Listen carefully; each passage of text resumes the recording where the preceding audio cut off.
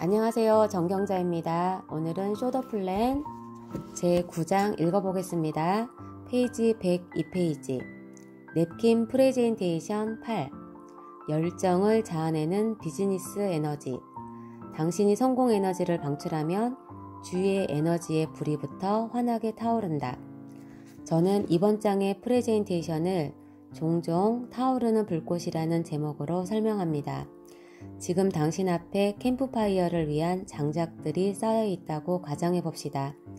그 장작들을 흩어놓으면 불은 당연히 꺼집니다. 그러나 장작들을 한가운데로 다시 모아놓으면 불은 활활 타오르지요. 당연한 말을 뭐하러 하느냐고요?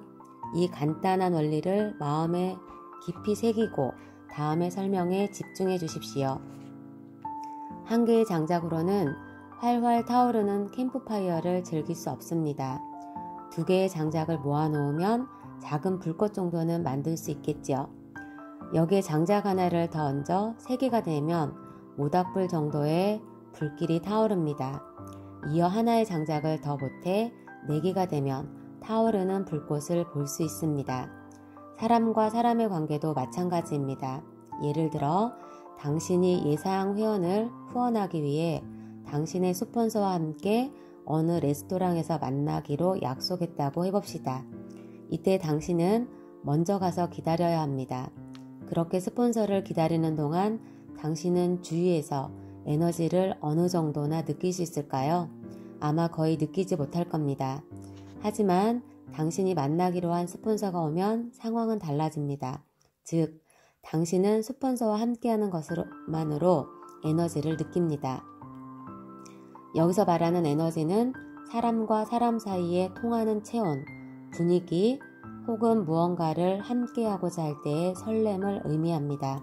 어쨌든 당신과 당신의 스폰서는 또 다른 사람을 만나기 위해 그곳에 있는 겁니다.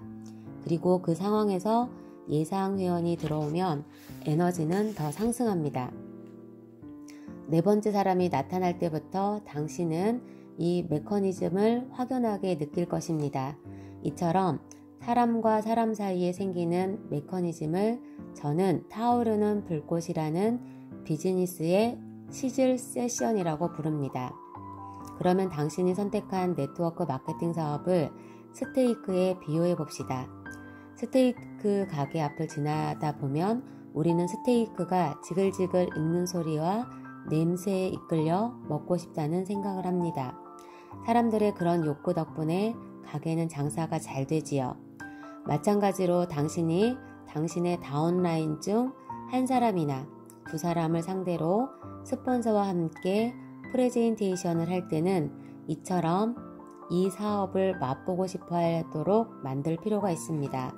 더불어 그들은 지금부터 무슨 일이 일어날까 하는 호기심으로 마음이 설레게 하는 것이 중요합니다.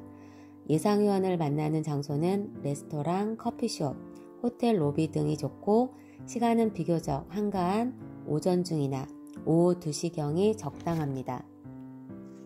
물론 상대방에게도 스케줄이 있을 것이므로 시간은 유연하게 정하십시오. 그렇지만 장소만큼은 혼잡하지 않고 조용해서 편안하게 대화를 나눌 수 있는 곳을 평소에 확인했다가 활용해야 합니다. 현대인은 누구나 바쁘게 살아갑니다.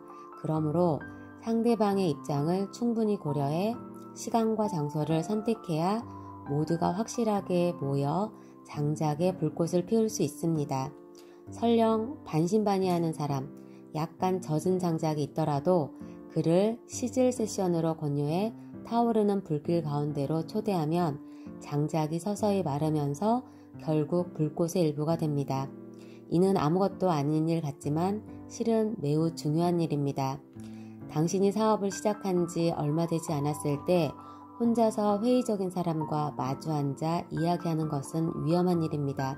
이것은 마치 젖은 장작을 불꽃도 없는 맨 땅에 놓아두는 것과 같아서 불은커녕 연기도 피우지 못합니다.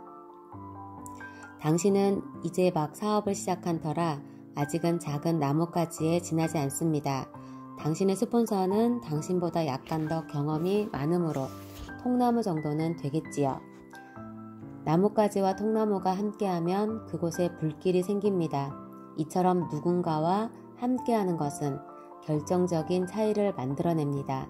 즉, 정확한 설명으로 자신감이 상승하는 것은 물론 활기 있는 분위기를 이끌어내 사업을 원활하게 진행할 수 있습니다.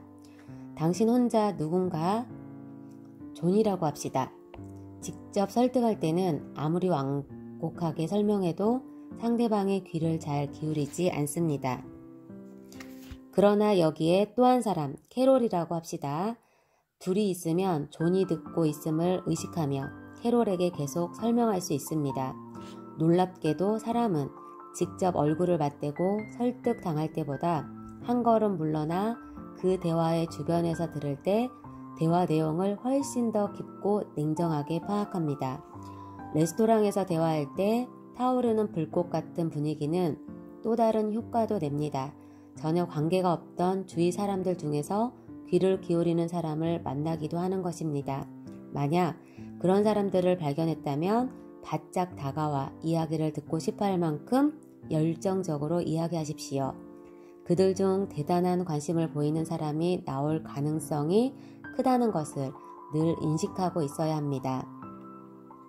한바탕 활기찬 모임이 끝나고 다른 사람들이 모두 돌아가더라도 한동안 그 자리에 앉아 계십시오. 그리고 다른 장소에 앉아 당신의 말에 귀를 기울이던 사람이 당신에게 말을 걸어오도록 분위기를 만드십시오. 당신이 다른 사람들과 함께 있을 때는 말을 걸지 못하던 사람도 당신이 혼자 앉아 있으면 쉽게 말을 걸어올지도 모릅니다. 이런 미팅을 할 때는 밝은 소재로 이야기하거나 긍정적인 대화를 나누십시오. 가장 좋은 화제거리는 제품 경험담과 시스템에 관한 정보입니다.